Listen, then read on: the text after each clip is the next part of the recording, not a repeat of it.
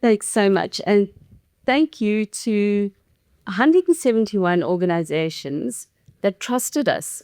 As Derek said, right, we get going. The organizations and his trust make an immediate difference. They just loved it. They helped. That was good. And I It's good. the Was it good? And you trusted us. All right, precies. So well done. So yes, just spread the word, because it was Bob in the beginning. You sort of say, we had this idea. We're not too sure. This might change. That might change. But yeah, it's been fantastic to get to this place. Really, just on some people trusting us. And I did a quick calculation when Henk was talking. £50 in the UK at today's rate, plus gift aid, where the British government adds 25% on top of a donation made by individual, not a company, not a trust, an individual British taxpayer. It's actually at today's rate 1,500 rand. So it really does add up. So our panel is, we can't not get donors and non-profits into a room without asking donors' opinions. And as you know, we've got a wonderful team.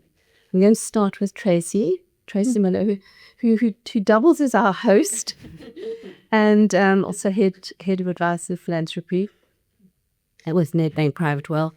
And what I've asked our panel to do is just very briefly give you a little few tips from their perspective on essentially what guides them, just a few tips, and then we're going to do the thing that panels are aimed at, and that's to have questions. So let's just ask everybody to just hold your questions. In other words, we're just going to ask everybody. So we'll start with you, Tracy. So just from our side, and I think just to clarify, so when I sit here as a donor, I'm sitting here representing Nedbank. So from a Nedbank perspective, I think it is important to just recognize that we do have CSI initiatives, as an example, the Nedbank Foundation.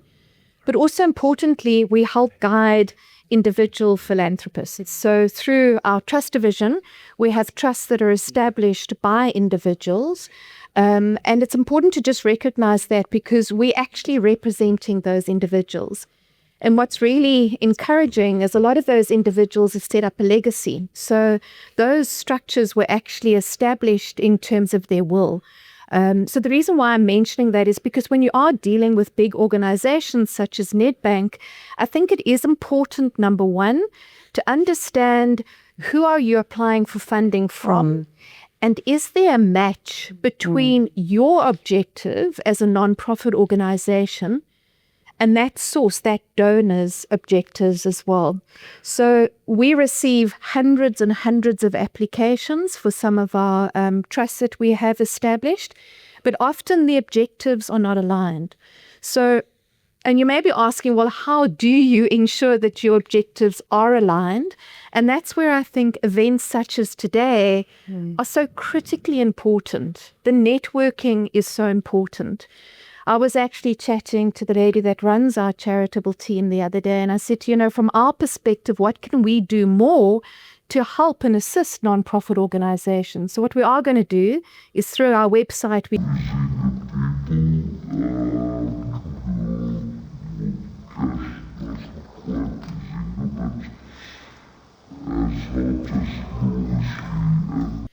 I think just finally, I think what's also important though is once you've established that match, Fantastic. is to make sure that you follow the correct application process and you highlight the fact that you've determined that there is actually that match, because that will assist the recipient that's reviewing hundreds and hundreds of applications to tick the first box. Yes, Fantastic. There's a match in terms of objectives.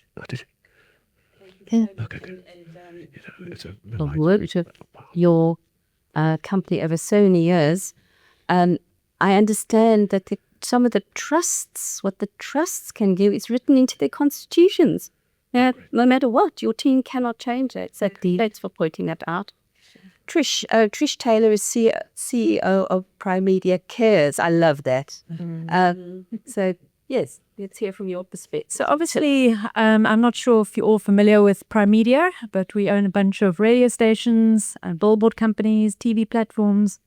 And I think for us, it's primarily, our greatest currency is media. And so it's, what we look for is when we get approached, certainly for our flagship programs, it's not once-off interviews, but for our flagship programs, we look at, as a result of us bringing literally millions of rands worth of media on board, and exposing an NGO to, millions of people, how can we shift the needle? And there are certain initiatives where, it doesn't matter how much media we bring, we're not going to be able to shift the needle. So we use that as an acid test, and we really ask the MPO to help us ascertain, as a result of media, how we're going to shift that. Linking on to Tracy's point as well around alignment, because all of our brands, certainly our radio brands, so what will suit a 702 as an example will be quite different to a 947. And so we look for that brand alignment, and to your point, it's really important that the NPO makes that link as well. And then I think finally, it really is about storytelling. I think Dr. Klope later on is going to be speaking about this, but if you think about running a program on a radio station like 702 or KFM, for us to market that over like whatever, a 2-year period, we have to be telling compelling stories, real stories, inspirational stories, funny stories, educational stories. And so it really is a case of, how do we keep our audiences entertained? How do we keep them engaged? And, the MPO is best placed to help us unpack a whole variety of stories. Sorry, I will mention one other thing, and that is something that came up is trust. And we've done research, and people trust their radio stations and their presenters more than they trust politicians and newsmates. And look, the bar is a bit low. But the point is that when we go on air and we ask for something, people will respond instantly because they trust John Mathan. And so we take that trust very seriously between ourselves and our audiences. So it really is a case of, us building that trust relationship with the MPO, and, really engaging in a long-term journey of assistance and impact. Thank you so much. Yes, I was just sort of having a smile. I can't see with the light that Melanie Jackson is here somewhere. And she and I have done so much training together, often co-presenting. And so many times we've been teaching a group before COVID, when we had real people in real rooms. And we would be talking about marketing non-profits. And the question we would get repeatedly is that, I won't fill in, I'll give you a sort of gentle version. The terrible, horrible, whatever media, we send them stuff and they don't use it. And we even go to the hassle of getting a big check. Now, I'm sorry, guys, a check handover, even if it's a giant check, that is not news. And what did Mel, who brings a journalism background, and we make ourselves unpopular by taking the side of the media and saying, I promise you, if you give them something interesting, a story, they will use it. So just the fact that blah, blah, blah has happened and it's tedious, they're not going to use it. Yep. So, which is what they don't want to hear. So thank you for what you say. So I'm just absolutely delighted to have Sandra Ngewna here from DG Murray Trust, Chief Operating Officer for DG Murray Trust, because if we're talking corporates, we also have one of the most generous, largest, best-known, appreciated donor trusts in our country. So Sandra, just a couple of top-of-mind tips. Oh, wow. No pressure. Thanks so much. Thanks very much. So, the DG Murray Trust has been a foundation in South Africa for a very long time. And we fund hundreds of organizations, often have 300 active grantees across the country at any one time. So as you can imagine, we've seen every kind of application, every kind of pitch, every kind of whatever. And a lot of it is trial and error. So where we've gone the journey of having these kind of very complex application forms to try and whittle down the information that we get to specifics. And, you do that for a few years and then you realize actually what we're doing is narrowing the window for people to be able to tell their story. So we make the application form much more broad. Now we're getting too much information and not specific information. So for me, the three things that, and I will be very honest and say our CEO and deputy CEO would speak much more in the vein of the strategy, but I always look at it from the operational perspective of an application that we see. And the 3 pointers for me would be, the first one is just that problem analysis. There's a huge overwhelm given the scale of the problems that we're all trying to address. Nobody in the sector is dealing with a small issue. They are big issues. You talk about early childhood development. There is so much, so many lenses.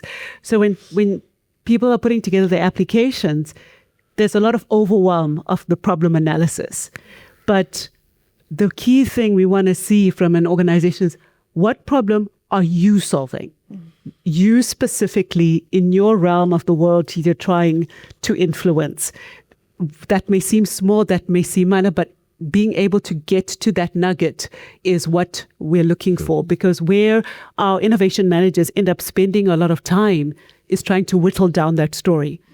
And that's what it takes 3 to 6 months to get a grant approved. Because we get this big story, they have to sit down and take it apart and work through it. Okay, where do you sit? What do you bring? What do you do? Because the reality again is, don't oversell yourself or the impact that you bring. Because as unpopular as it might be, for a lot of people, because of the nature of the space, you aren't actually unique. There is somebody next door doing exactly the same thing. So someone who comes forth and say, I am solving early childhood development, just like, okay, you and 300 other people. So how do we decide who to support? So what are you achieving? So that impact, really, you have to say causation and correlation. What are you able to show? And be honest about what you're not. Because we're not expecting people to solve the big problem. It's too big. Tell us the bit you are addressing. That is the thing we want to see. So that would be the first thing, is that problem analysis, that synthesis of story, the synthesis of what you're doing is really key. The second thing, which is more from the operational side, is where we find projects starting to fall apart when it comes to funding and their funding journey, and where they really start to struggle and start showing impact and spend, ultimately, is people get cute with their overhead expenses. And by that, I mean, don't undersell how much it costs to do what you're doing. Because people really want to make sure they get the funding that they need to implement. And as donors, we're very guilty of, we want to see that every cent is going to the program. I will totally own that side of the fence. But what then happens is people really paint themselves into a corner because they've not really truly factored in to say, to run this initiative, this is what it costs. Whether that's in your overheads, whether that's in your monitoring and evaluation, put it out there. We can then discuss it. And certainly as DGMT, we really see ourselves as a strategic investor and a public innovator more than we see ourselves just as a grant maker. We're not in the business of writing checks because we want to work with our implementing partners. But to do that, we have to have an understanding of the whole story. So for me, that's really fundamental, is to say, really understand what does it cost to do what you do. Because the journey of so many organizations down the line is that they've narrowed themselves to get whatever little money they could get their hands on, but then they really strain their ability to survive operationally. Absolutely. And sometimes that then comes to a head when it's often very difficult for donors to step in and help. So those would be my tips. Thank you so much, especially your last part about recognizing that projects can't run in isolation. I commend you at the DG Murray Trust, and I just wish more donors could get that, because generally they hear we will not give more than 10% of a project cost towards a project or the program, and hence, as you say, so that's heartening. Let's hope you're leading a trend. But thank you so much. Our fourth panelist is Tina Mason. We thought we'd have Tina, who comes from the Real Life Project and essentially helps nonprofits with their impact. But She's got the coolest title, Operations Maestro. Don't you love that? So a few tips from Thank your you. side, on the other side of the desk, as it were, with you with some organization. Thank you. I'm going to speak from my mixed experience. One is as a Greenlight customer, and I work for Greenlight, but I was a Greenlight customer. They measured the project I was working on previously in my previous life as an implementing partner, and how I used that in my experience of raising funds and working extensively over a 6-year period with a range of funders. So the first assumption is that you have done exactly as the panel has suggested here and found a match between you and your funder. Okay, so I'm speaking to the fact that you have found a match and that this is a relationship that could move forward. There's a collaborating relationship. The first thing I want to bring to this dialogue is a change in language. So when you talk about a for-profit organization, it's very clear about what their bottom line is. And so language is so important in this space. So for us now at the Greenlight, we talk about for-impact organizations, because that immediately evidences what you are about. You are about social impact. And things like return on investment and ROI, a comparison between what it costs to deliver that impact, now becomes surfaced much more than using the language of not for, non-profit. Mm-hmm. So we talk now purely to for impact. I've got 2 points, and underneath those 2 points, I've got 3 little bullet points. So the first thing is to manage your funder, your partner, your collaborating funder, as though they were a key account manager, the most important key account manager in your business, your organization. Go back to your business experience, go back to your commercial experience, and understand that this is who they are in your life and that you have contracted with them. There's a transactional relationship here that needs to be respected. The 3 pointers under that is the first one. Do what you say you're going to do when you say you're going to do it, and don't moan about it. You have contracted with the organization. If they require 100% evidence, you have agreed to 100% evidence. Provide the 100% evidence. Use your funder to build grit and resilience in your operational side of your organization based on their requirements. Your job at the start here is to build trust with your funder. And the reason you're doing that is to bring their anxiety down. Sure. They have made a financial investment in your organization, and the only thing they have to go on is your behavior. So do what you say you're going to do, come hell or high water, on time, in time, every time, and build that kind of discipline into the business. The second point is take initiative. I really did this in my previous life. I took complete initiative. I took minutes at every meeting, and I made sure that I brought the organizations closer together within reason. So I made sure that as the operations person, my relationship with the operations person, the finance person, the CEO, so that you bring the organizations collaboratively together. And then the third point around trust and earning trust, because this is what you're doing, you're earning trust, is communication. So on a Tuesday, massively unexpected, you will be blindsided by something which will totally impact your project. And your job is then to communicate as quickly as possible with your funding partner and put a plan in place to mitigate that particular issue as far as possible. So the first part for me, which had tremendous positive impact, was working in a rigorous, rhythmical, intentional fashion to build trust with my partners. The second one is largely about beginning with the end in mind. And this is about how are you, as an organization in a very tight funding market, going to differentiate yourself?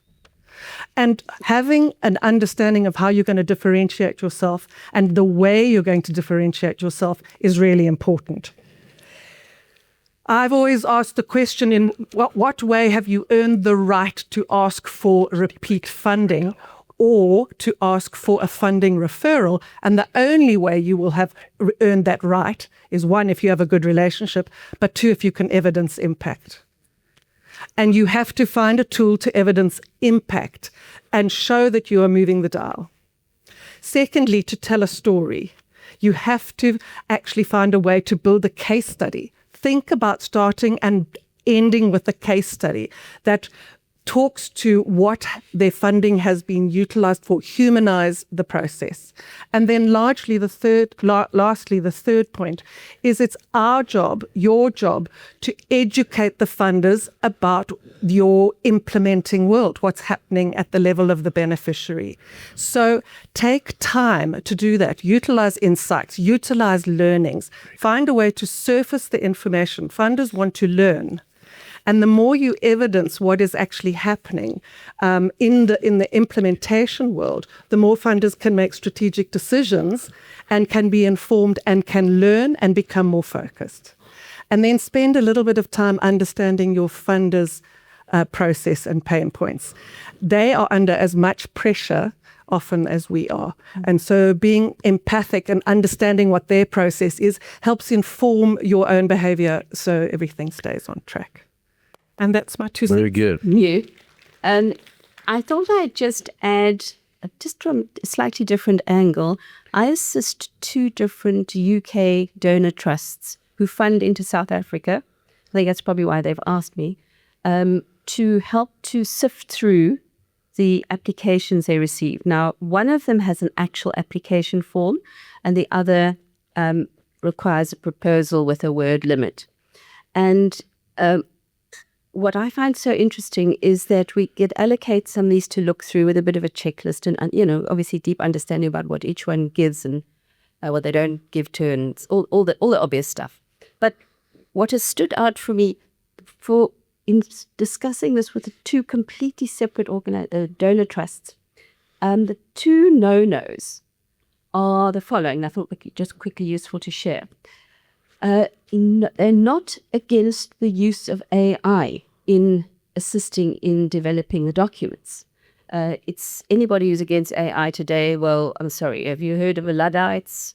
But where people are going wrong, and I'm seeing this in some of the documents that I'm reading, is to simply use AI, copy paste. That's it, done. Not the giveaway, not the dead giveaway.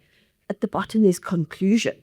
I mean, guys, and some of the tone, the feel. I'm sure you've got a better word for it. The voice. That's not yours. That's what ChatGPT or I'm currently in love with Grok or whatever has scraped off the net. So use it for speed, but make it your own.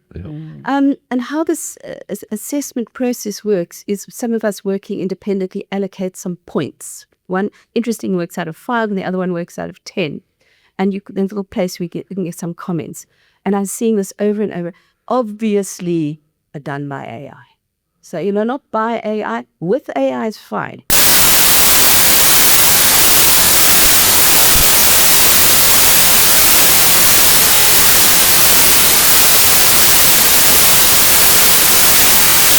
Being so it's a bit negative, and I've learned this fascinating from these 2 groups, 2 separate donor trusts. I don't think they ever talk to each other, of the overuse of bullet points considered lazy. It's so much easier to just zap a few bullet points. It's considered very lazy. And I'm talking about the UK people, so it's so much easier to just let's do excessive use of bullet points is viewed as being lazy, which it may not have been.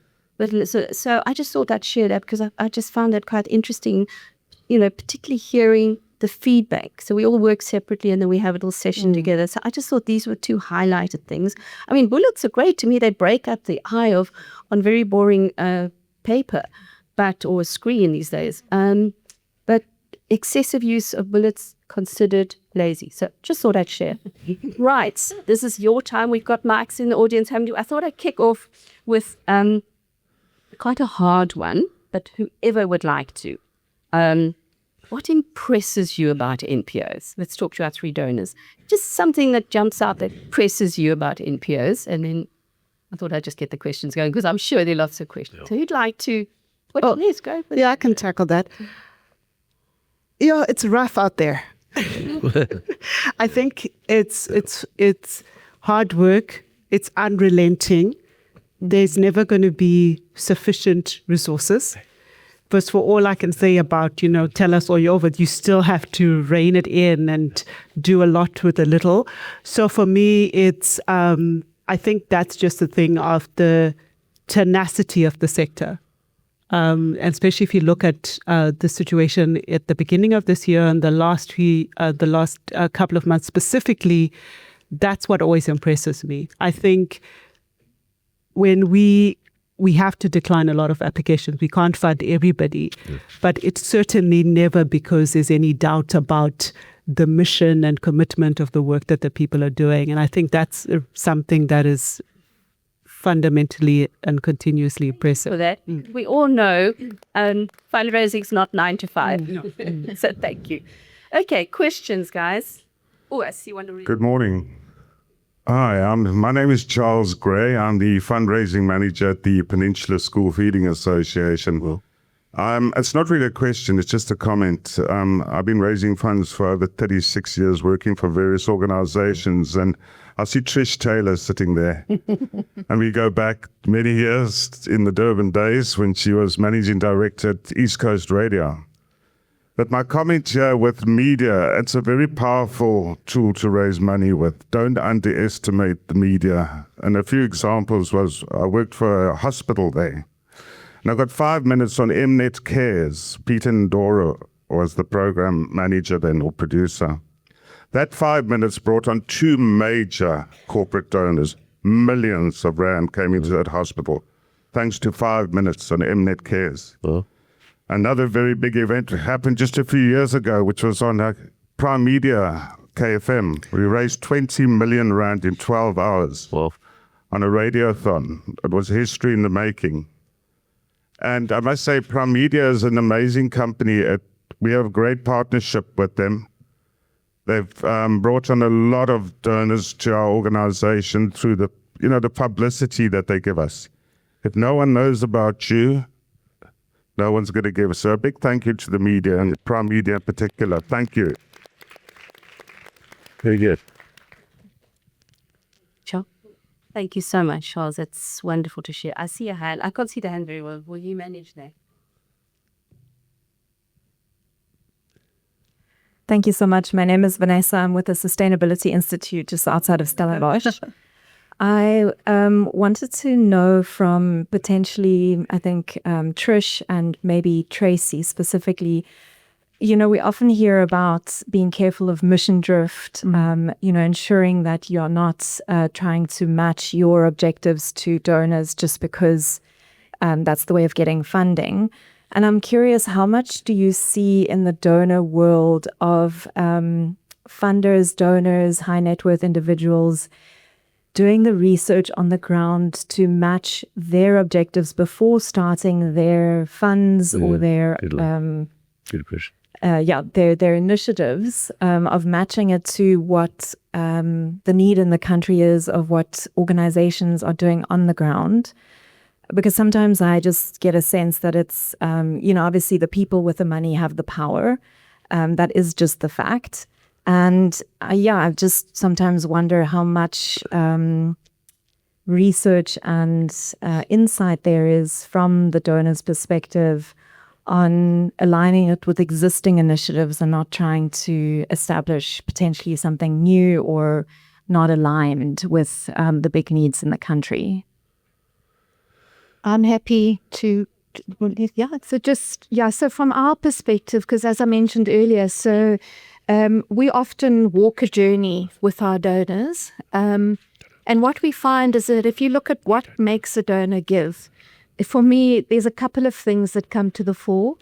I think just in experience, one of the things we've seen is that sometimes individuals have to go through almost a life-changing event to kind of recognize or identify what it is that they're passionate about. So we've got some real examples of where we've had clients that kind of from the get-go have been passionate about something. Just as an example, it may be conservation or flora and fauna. So our role is then to help them crystallize what is the objectives that they want to put in place in relation to that cause that they've actually identified in something that they're actually passionate about. So that's the one case where we actually find clients come to us, or philanthropists, and they're very clear about the difference that they want to make. And it's possibly because they've been through a life-changing event themselves. The second thing is that we do sometimes get clients that are unsure. And that's where we've got to help them, try and guide them, not to guide them to a point where we make decisions for them, but to ask them questions that get them to start thinking and then leading to an outcome that they're going to be comfortable with. So for me, it's kind of twofold. On the one hand, we've got those philanthropists that are quite clear in terms of what they want to do, the organizations they want to support. We just need to help them crystallize the objectives. And then on the other hand, we've got those that want to make a difference, but they're not quite sure how they go about it. And it's to help enable them to crystallize their thinking. Yeah, I'll add to that. Obviously, from a Prime Media perspective, we've got access to listeners, but we've also got access to advertisers and clients. So clients come to us and sometimes ask us where they should donate. And to your point, it also is about, what are those life-changing experiences? I'll give an example. One of our initiatives that we support is the Hein Wagner Academy for the Blind. And the whole emphasis with this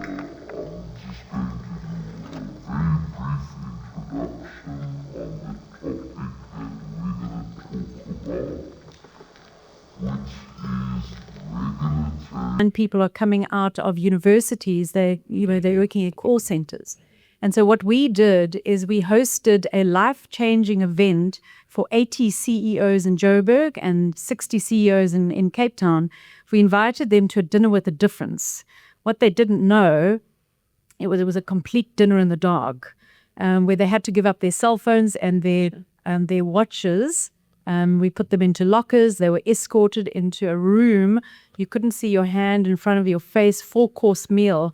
It was an extraordinary experience that was emceed by Hein Wagner. What was incredible about this life-changing event is that, it was, wine was served, it was a 5-course, 4-course meal. All the waiters and waitresses were blind. And there was an amazing band playing and singers. The band that was playing and the singers were all blind. And at the end of the evening, we got to light our candelabras and meet our waiters and waitresses, etc. The point is, it was a life-changing event that suddenly, we immersed corporate South Africa into a real experience. And it wasn't fundraiser. We weren't raising funds. However, one particular client wrote a R1 million check out there and then on the day. For just. But what was, I think, important about, what you don't know, what, corporates didn't know, is these alarming stats. And as a result of that intervention, that life-changing event, we employed a blind graduate. He is just doing the most incredible things. Absa Bank is one of our partners in that. And as a result of us and Absa getting involved, the 2024 cohort from the Hein Wagner Academy, 60% are now employed by corporate South Africa. Well, fantastic. And so, yeah. That's really And so, once again, what is wonderful about that, and now we're progressing the project to create a kind of a handbook or a toolkit for other corporates to kind of lower the barriers to entry in terms of it's not that scary to employ blind graduates. So it just really sometimes is about, just to go back to the original question, sometimes, you discover the match and you have to be innovative in the way you bring an inspirational story to market to really actually make an impact. And that whole intervention wouldn't have been possible without us as media connecting to our CEO audience, as well as the Hein Wagner Academy. That was very special. I love you guys took note of the stats that Hank was referring to. 5 years ago, around 230,000 NPOs in the country. Now I believe it's much closer to 300,000. And that's my understanding is that is the number of organizations of actual entry certificates. But if you add schools and faith-based entities and universities and clubs even, the competition for donor money is scary. And one of the things that I find donors here and in the UK, where I spend a lot of time, tear their hair out as why are there so many organizations or, what I've literally been said to this by donors. Can't you at iZinga encourage merging and discourage more and more and more and more organizations? So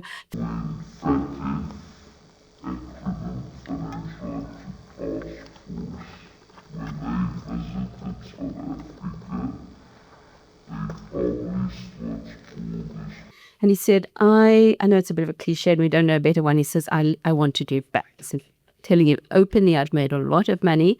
My heart is in South Africa, but I don't know where to start. And exactly, I said, well, you're a little early. I told him a little bit about Zinga, it's coming.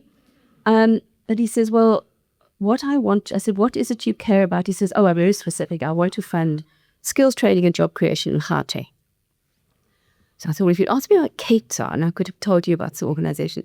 I said, I'll have a look. So all I did was put something on my Facebook just to say, very briefly, are you involved in skills training, specifically for job creation in Gauteng? Potential UK donor, email me. I got 28 emails and only two had websites. I read certainly in their signatures. So I emailed all of the other 26 back because I didn't look at the website. I emailed all 26 back and said, won't you give, I didn't say, have you got a website? Because you can't be a nonprofit and not have a website. No, it'll lead to all the socials. And I said, well, I'm sorry, you've got to have a website. So then I hadn't heard of the two with the websites. I contacted this potential donor and said to him, I don't know them, so I can't personally recommend them. I have told them to, get verified, but kind of over to you. And I said, and by the way, there were an under 26 who I've literally taken trouble to find out every single one doesn't even have a website. What's that saying is it's too easy to start an organization in this country. And maybe that's part of the mission. We need to see who's doing something similar and how we can amalgamate, because there is not enough money. Sorry, that's just me tipping it. Jill, when you've got a moment, I just want to also pop. Okay. Question if I heard. So one of the things I've learnt in this process of working at the Greenlight is that we do a baseline, a second, and a third survey. And the first one, and this is sometimes where organizations and funders might be at a disconnect. A true baseline, a socioeconomic baseline, is going to tell you what is happening in people's lives. Within South Africa, 95% of everybody we surface, their financial literacy is almost zero. It is shocking to see how little family savings is happening. Absolutely shocking. And we've surveyed organizations where people have worked for 15 years, earned definitely above living wage salaries in admin, and they haven't saved as a family. They haven't saved as individuals. And one of the challenges is that often people go into enterprise development or skills transfer, and their understanding of what's happening in the socioeconomic circumstances of the people they are dealing with is not high enough. So if you are in the Eastern Cape, the level of trauma that people are experiencing is going to impact your ability to do skills development and enterprise development, because unless you deal with the trauma, you're not going to be able to bring people's anxiety down enough to absorb skills. We've also found that when a baseline is done and it surfaces, any baseline that is done in South Africa will surface financial literacy. And so any program that is being funded needs to address financial literacy, because until you can get your savings, your family savings, and learn to budget, but understand how money is working, nothing can possibly change in the long term. So, sorry, 2 things and then I'm done. The second thing is to be able to measure at a second survey. So your baseline will give you that information. If you don't react to addressing the baseline, you won't be able to measure your impact at the second survey. And the third survey will tell you whether you have had sustained behavioral impact. So now you know that the behaviors that you've wanted to instill through your program have actually settled, and you can step away from the participant and they've absorbed everything. So from a funder's perspective, for me, that's really, really important information to know, that these are the big challenges, and that behavior change happens not in 9 months. Behavior change happens within 18 months to 24 months. Real behavior. Question in the front row. I have a... Yeah, go for it. Yes, hello. Okay, can I do it? Okay, so Margaret Rister from Miklat NPC, and we're in Paul. Hello, Joel. I've been in this sector for, it feels like a very long... Yes, it is on. Yeah, it's not true. Okay, can you hear me? So I've been in the sector for a very long time doing fundraising. My question is for DG Murray and for the Nedbank lady. Some years back, we used to travel along and used to bring our applications all in writing, and everyone was very nice. Then we've changed the system, and now you say you will put the donors or the potential donors on your...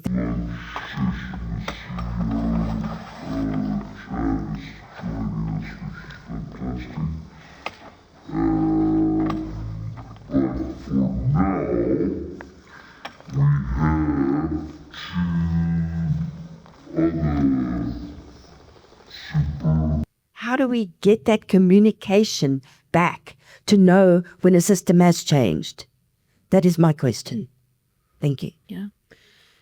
So, I mean, I'm happy to go. I mean, that's why initially I said it's important that there's that alignment in terms of objectives. And that's why I also positioned, because we've also recognized that. We look after a fair amount of personal charitable trusts that have been established over the years. And as I say, I mean, I'm really proud to sit here to say that we're living the legacy that a lot of our clients have actually left.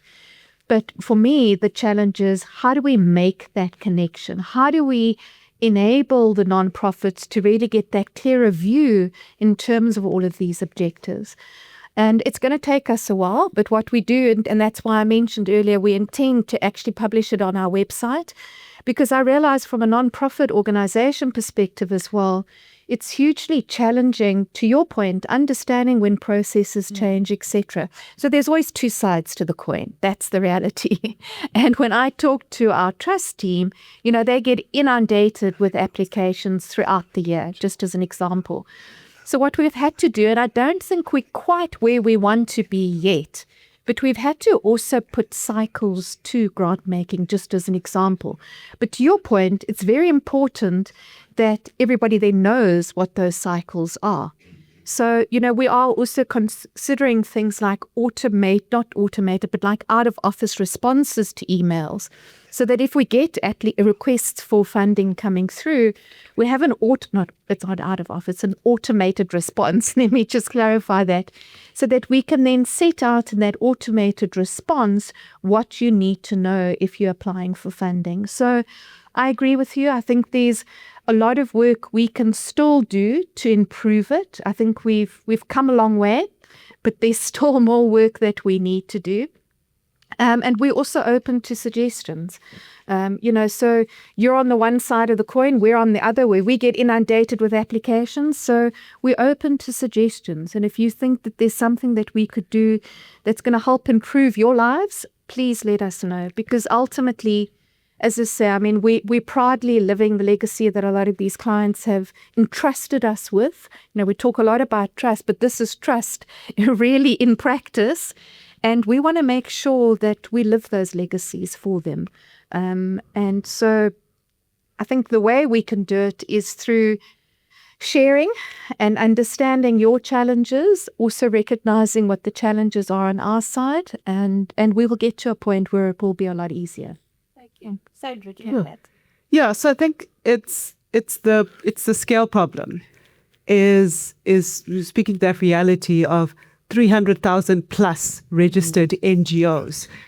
How do we communicate with everybody? We can't.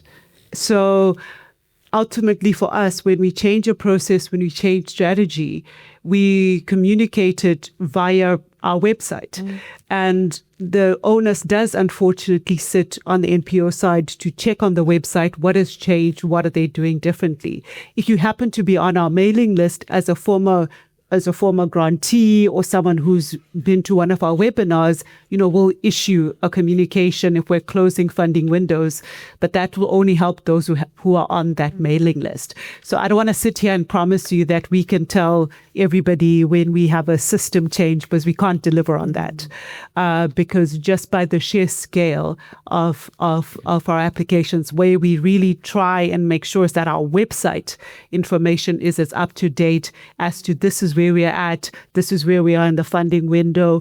If we're changing strategy, that we publicize that as much as we can via that channel.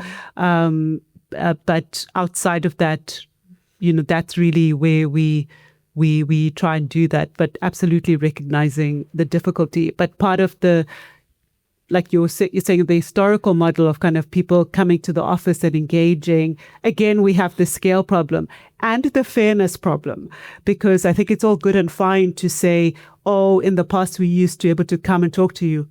That means if you were in Cape Town. But what about the person in Kuruman? So part of our need for fairness as well was to say, well, no, then you actually can't show up at our door, because actually then you are gaining the advantage of access. So for us to be fair, everyone has to come through the same channel. Then the engagement that someone who's applying from the Northwest is the same for everybody else. So there's a little bit of that kind of filtering that we are trying to do to be fair. But simultaneously, the communication problem is always there. And also with that scale, even when we have then people who are in our system, we also run a lean team, because we are very focused on the fact that the funds that we have been entrusted with are for the benefit of the people of South Africa. So we don't also want to lump ourselves in the same way that you do with massive overheads of 10 people just to answer emails. So we have one person who gets all the emails and filters them. So we also trying to kind of balance those scales. Thank you so much. Hi, everyone. My name is Pamela Silwana. I'm from Gogo's Kitchen. Couple of questions. There's a lady that said that what we don't do, how do I account the times that I've been working in my organization without getting paid, like 5 years? How do I go to a donor and say, I've been doing this for 5 years. This is the time that I've spent here doing this. How do I put that in numbers? And another thing, comment, Jill, you said that we have many organizations in South Africa because we have many problems in South Africa. And another major problem is that we don't collaborate. One of the things that I managed to stay afloat mostly, I'm from Guguletu, so I collaborate with the many organizations out there, your Desmond Tutu, your Mothers to Mothers, so that when we do an event, I have them around. But the one thing about the big organization, they don't know how to share resources. They just show up there. Like, us, the small ones, I have to now cater the food for the people that are going to come there. And they come with the big banners and everything. And also, I started during COVID lockdown 2020, where most organizations that were funded, they closed down. We were on the ground working, and big organization got the money. They pay the overhead, they pay the administration, and the money that flickers down to us on the grassroots, you'll get your maize more, you get your rice. we have to now go around. How do I get this stock? How does it work? Okay, sorry, I'm just going. We've literally got. Yeah, we got it. So we got your point on the number of organizations and the need. But the question was around, I'm just trying to quantify the hours you put in. I would just, quite frankly, I mean, we've just talked about the 5 years we've all volunteering to get iZinga going. It's the sweat equity that founders do. I think it's just, to me, it's not about money or the value. It's about commitment. That's how I would take it away. But I'd love to hear from the donors. I just wanted to comment on the point that you raised as well around collective, bringing a collective. And one of the things that we're driving very hard is this whole thing about collective impact. We run a program for corporates at Care, and one of the big initiatives there is asking corporates to, leave their egos and logos at the door and actually, combine their efforts to make a greater impact. And so, hopefully through some of our initiatives and other corporates recognizing that we've got to pull together to have a much greater impact will also start to change the narrative. And then can I just speak to your point about kind of quantifying? Very, very quickly. Yeah. I mean, that is the trickiness, absolutely. But when you do start, you generally are volunteering your time and whatever else. But at some point, you have to start being able to remunerate, to quantify it. And that is one of the missing pieces in the sector around what a program officer means in this position. Is it different to this position? And so often you're having to go to the commercial space or to a business space to say, what does someone doing my job get paid, blah, blah, blah, blah. But you have to start turning it into a number, because the tricky thing is, as you say, it is difficult when a smaller organization is trying to get funding to get to the bigger donors. But the reality is, once you do get to us, I can't tell you how much you should be getting paid. So there still is an exercise as you scale, or as you think about scaling, to find a way to turn that into a number. And that's a journey in the process. Well, we've noted that. Looking at Haken, he's looking at me, and we're listening to all different things that we need to bring in our system.